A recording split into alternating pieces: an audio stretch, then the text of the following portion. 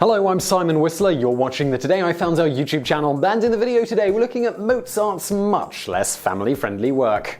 Just before we get started, I should make a quick little warning on this one by necessity because this video contains a lot of profanity and vulgar references, so you might want to give this one a watch first if you normally share these videos with humans of the particularly youthful persuasion. Alright, so let's get started.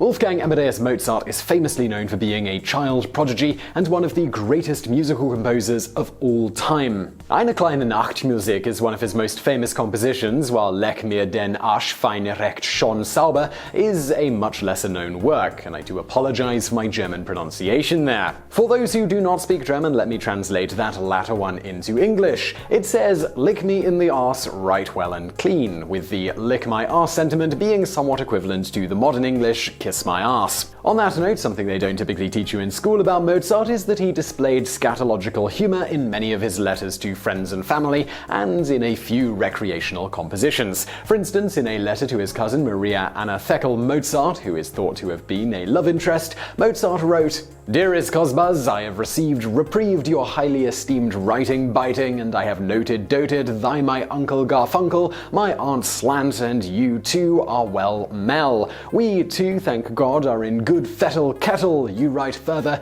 "Indeed you let it all out, you expose yourself, you let yourself be heard, you give me notice, you declare yourself, you indicate to me, you bring me the news, you announce unto me, you state in broad daylight, you demand, you desire, you wish, you want, you like, you command that I too should send you my portrait. Eh bien, I shall mail fail it for sure. We, by the love of my skin, I shit on your nose so it runs down your chin." And in another letter to her, written in November of 1777, Mozart laid it on even thicker. "Well, I wish you good night, but first shit into your bed and make it burst. Sleep soundly, my love, into your mouth, your arse you'll shove." He seems to have learned this one from his mother, Anna Maria, who also wrote nearly the exact same sentiment to her husband in a letter a few months before Mozart's little poem. "Keep well, my love, into your mouth, your arse you'll shove. I wish you good night, my dear, but first shit in your bed and make it burst."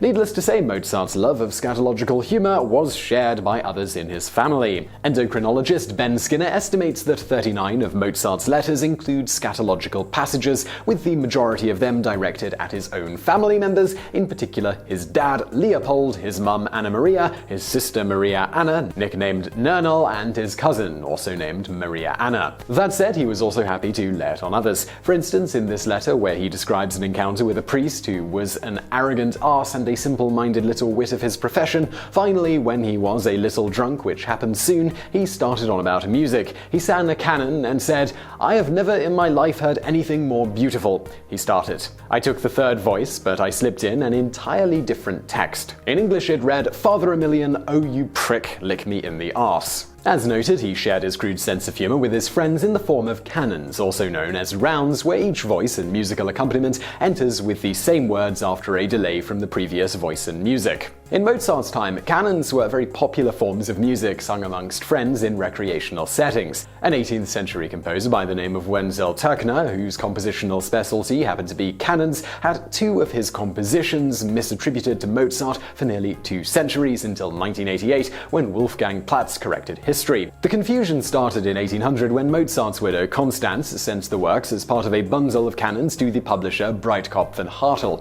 They published them in 1804 as Mozart's work. What actually happened was that Mozart took Trinker's original compositions and simply gave them new lyrics that involved scatological humor, of course. For example, one of these compositions became Mozart's "Lick Me in the Arse, Right Well and Clean." At this point, you might be wondering about the lyrics to the song in question, which are translated to English as follows, and here is something I really never thought I'd say. "Lick my arse nicely, lick it nice and clean, lick my arse. That's a greasy desire, nicely buttered, like the licking of roast meat, my daily activity. 3 will lick more than 2, come on, just try it and lick, lick, lick. Everybody lick their arse for themselves." Well, what can we say here but, well, that must have been quite the party, Mozart. While this seems very crude to modern sensibilities, scatological humor was quite prevalent for several centuries, particularly in Germany and nearby regions. In fact, as we've mentioned before, even famed German monk Martin Luther was known for his affinity for frequent fecal references, such as this gem: "I am ripe shit, so is the world a great wide arsehole, eventually we will part." Luther also often mentioned warding off the devil with farts.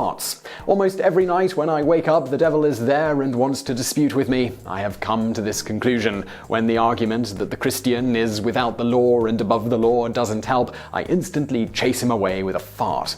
Cultural anthropologist Alan Dundes even went so far as to say, "In German folklore, one finds an inordinate number of texts concerned with anality. Scheiße, shit, Dreck, dirt, Mist, manure, Arsch, arse, and other locutions are commonplace. Folk songs, folk tales, proverbs, folk speech all attest to the Germans' long-standing special interest in this area of human activity. I am not claiming that other peoples of the world do not express a healthy concern for this area, but rather that the Germans appear to be preoccupied with such themes. It is thus not so much a matter of difference as it is of degree." Whether that's an accurate statement or not, at the least historical notables such as Mozart and Martin Luther, among several other famous individuals from the region around or in Germany, certainly did seem to love potty humor. And now for a bonus fact.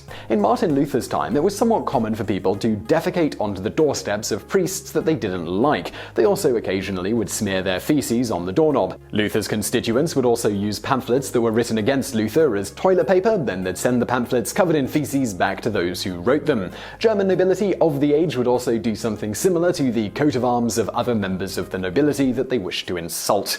So I really hope you enjoyed that video. If you did, please do hit that thumbs up button below, and don't forget to subscribe for brand new videos just like this every day of the week. Also, if you'd like to help us out in making these daily videos, please do consider becoming a patron on Patreon. You can go to patreon.com/TodayIFoundOut. We've got loads of great perks lined up for people who help us out, from posters. I actually have one of those.